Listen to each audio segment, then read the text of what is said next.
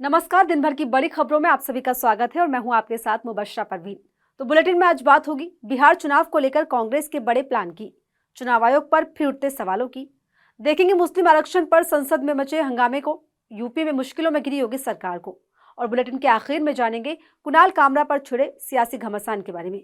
इन सभी मुद्दों पर आज चर्चा करेंगे, लेकिन उससे पहले एक नजर अब तक की हेडलाइंस पर। कांग्रेस सांसद राहुल गांधी का बीजेपी और आरएसएस पर बड़ा हमला, कहा शिक्षा पर आरएसएस का कब्जा, इंडिया अलायंस स्टूडेंट फेडरेशन के प्रोटेस्ट में हुए शामिल। बिहार विधानसभा चुनाव को लेकर सरगर्मियां तेज, आरजेडी प्रमुख लालू यादव का दावा, कहा तेजस्वी यादव के नेतृत्व में बिहार में बनाएंगे सरकार। वक्फ विधेयक के खिलाफ फिर हल्ला बोल की तैयारी में मुसलमान, 26 मार्च को पटना तो 29 मार्च को विजयवाड़ा में राज्य विधानसभाओं के सामने करेंगे प्रदर्शन। मीडिया की आजादी पर बोले सीनियर एडवोकेट एस मुरलीधर, कहा स्वतंत्र होने के लिए मीडिया और न्यायपालिका को एक दूसरे की जरूरत। दिल्ली हाईकोर्ट के जस्टिस यशवंत वर्मा मामले में नया अपडेट, सुप्रीम कोर्ट में दायर हुई रिट याचिका, एफआईआर दर्ज करने की उठी मांग। और अब खबरें विस्तार से और बात करते हैं आज की सबसे बड़ी और अहम खबर की। बिहार में इसी साल विधानसभा चुनाव होने हैं, जिसे लेकर माहौल गरमाया हुआ है। सियासी उठापटक के बीच कांग्रेस ने चुनावी मैदान में उतरने के लिए अपनी कमर कस ली है। इस बीच खबर है कि मल्लिकार्जुन खड़गे और राहुल गांधी 25 मार्च को बिहार कांग्रेस नेताओं से मुलाकात करने वाले हैं, जहां कांग्रेस संगठन को नई धार देने की रणनीति तैयार करेगी। तो बिहार को लेकर क्या है कांग्रेस का प्लान, देखिए इस रिपोर्ट में। बिहार विधानसभा चुनाव की तैयारियां जोरों शोरों से शुरू हो गई हैं। सभी राजनीतिक दल सक्रिय हो गए और अपनी रणनीतियों पर काम करने में जुट गए। ऐसे में कांग्रेस भी अपनी पुरानी जमीन को तलाशने की कवायद में लग गई। बिहार चुनाव को लेकर ही 25 मार्च को दिल्ली में बिहार कांग्रेस की अहम बैठक होने जा रही है, जहां आगामी चुनाव की रणनीति पर चर्चा की जाएगी।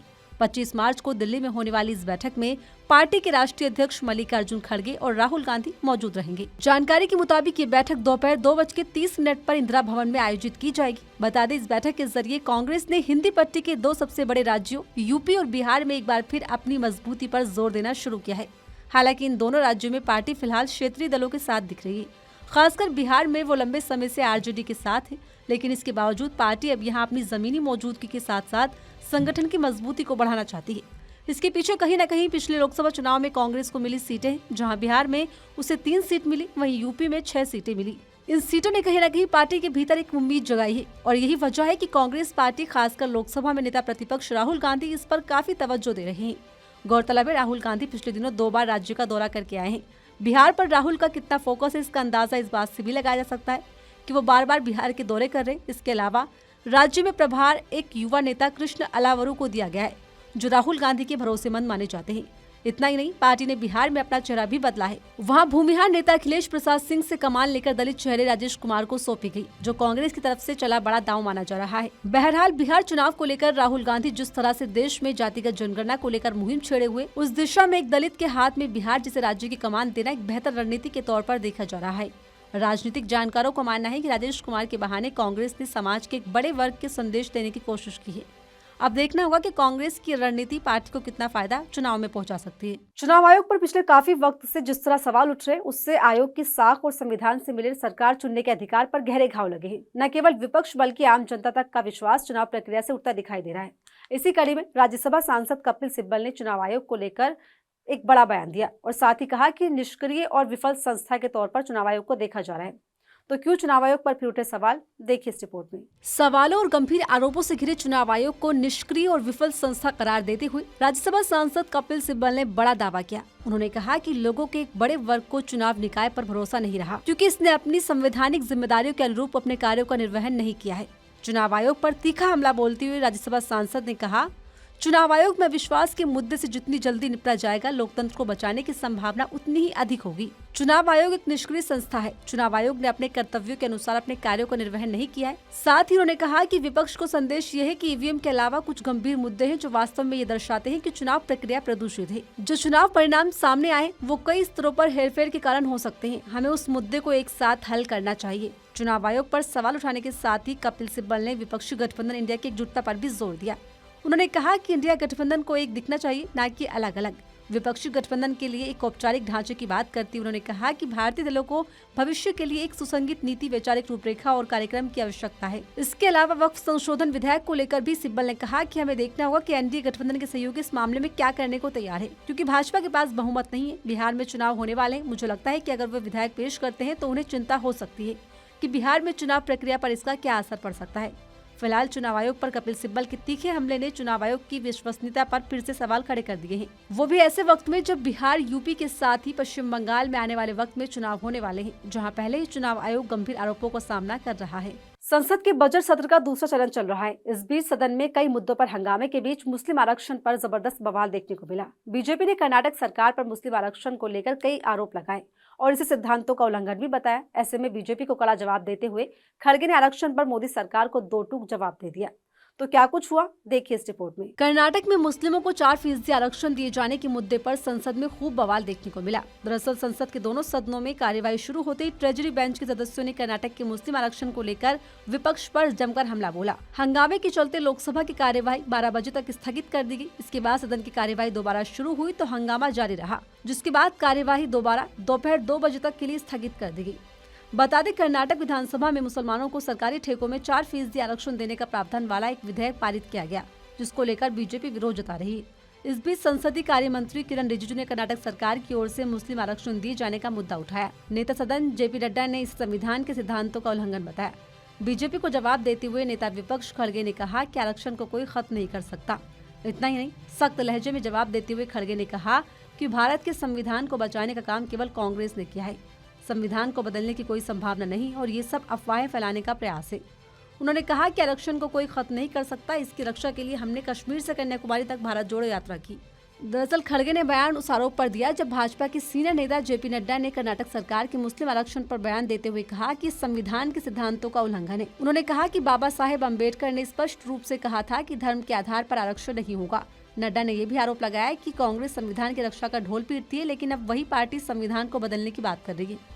हालांकि कांग्रेस अध्यक्ष मल्लिकार्जुन खड़गे ने एक टुक जवाब दे दिया।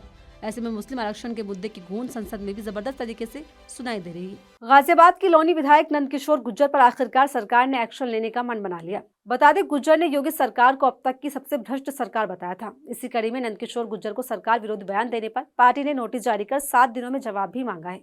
तो कैसे मीठ मुसलमान पर कट्टर तेवर दिखाने वाले नंदकिशोर गुर्जर पर आई आफत, देखिए इस रिपोर्ट में। बीजेपी प्रदेश अध्यक्ष भूपेंद्र सिंह चौधरी ने गाजियाबाद की लोनी सीट से भाजपा विधायक नंदकिशोर गुर्जर को कारण बताओ नोटिस जारी कर जवाब मांगा है।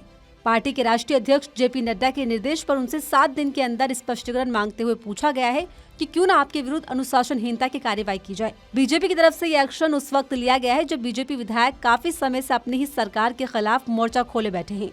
उन्होंने सीएम योगी पर अधिकारियों के दबाव में काम करने का भी आरोप लगाया था। दरअसल ये मामला तब शुरू हुआ जब विधायक नंदकिशोर गुर्जर ने हाल ही में एक प्रेस कॉन्फ्रेंस में उत्तर प्रदेश की योगी आदित्यनाथ सरकार को अब तक की सबसे भ्रष्ट सरकार घोषित कर दिया। उन्होंने कहा कि योगी आदित्यनाथ पिछले 2 सालों से अधिकारियों के प्रभाव में काम कर रहे हैं। इतना ही नहीं, गुर्जर ने दावा किया कि प्रदेश के मुख्य सचिव मनोज कुमार सिंह तंत्र मंत्र के जरिए सीएम को कंट्रोल कर रहे हैं।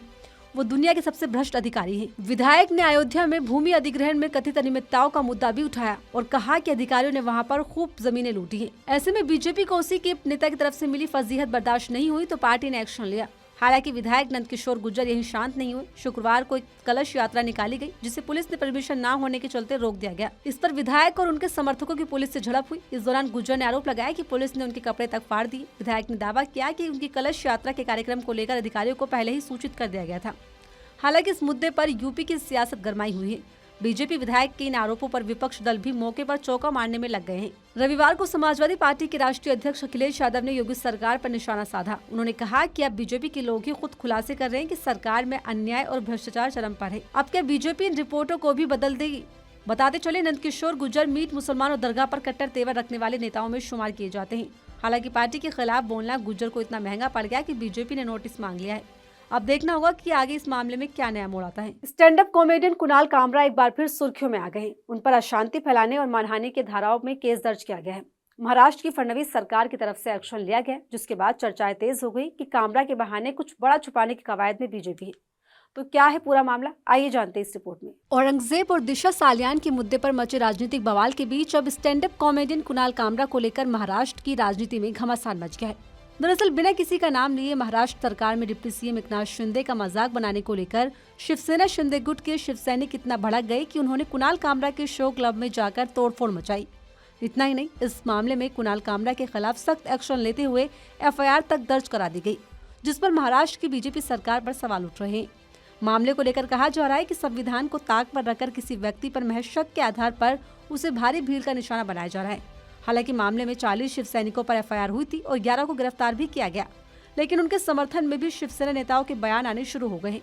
ऐसे में इस मामले में सवाल और उठने लगे हैं और ये मामला यही शांत नहीं हुआ। सोमवार को बीएमसी के कर्मचारी यूनिक कॉन्टिनेंटल होटल में हथौड़ा लेकर पहुंच गए, जहां कामरा का शो शूट किया गया था। फिलहाल होटल को भी बंद कर दिया गया है, लेकिन राज्य में राजनीतिक उफान चरम पर पहुंच गया है। एक तरफ जहां फडणवीस ने सख्त लहजे में कह दिया कि नेताओं का अपमान करने वालों को बख्शा नहीं जाएगा, कामरा को इसके लिए माफी मांगनी चाहिए। वहीं मामले में गिरफ्तार किए गए शिव सैनिकों का समर्थन करते हुए फडणवीस सरकार में मंत्री और शिवसेना विधायक प्रताप सरनाईक ने कहा कि मैं मंत्री हूँ, लेकिन उससे पहले शिव सैनिक हूँ और जो हमारे नेता का अपमान करेगा वो बर्दाश्त नहीं किया जाएगा।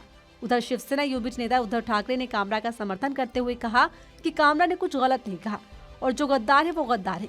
बहरहाल अगर देखा जाए तो सबसे असभ्य और अपमानजनक भाषा बीजेपी नेताओं से ज्यादा और किसकी होगी। लेकिन यहाँ गौर करने वाली बात है कि कुणाल कामरा को क्यों निशाना बनाया जा रहा है। कयास लगाए जा रहे हैं कि बीजेपी जरूरी मुद्दों से बचने और माहौल सेट करने की कवायद में ये सब कर रही है। और फिलहाल इस बुलेटिन में मेरे साथ इतना ही। ऐसे ही तमाम खबरों के लिए बने मेरे साथ और देखते रहिए आर्टिकल 19 इंडिया।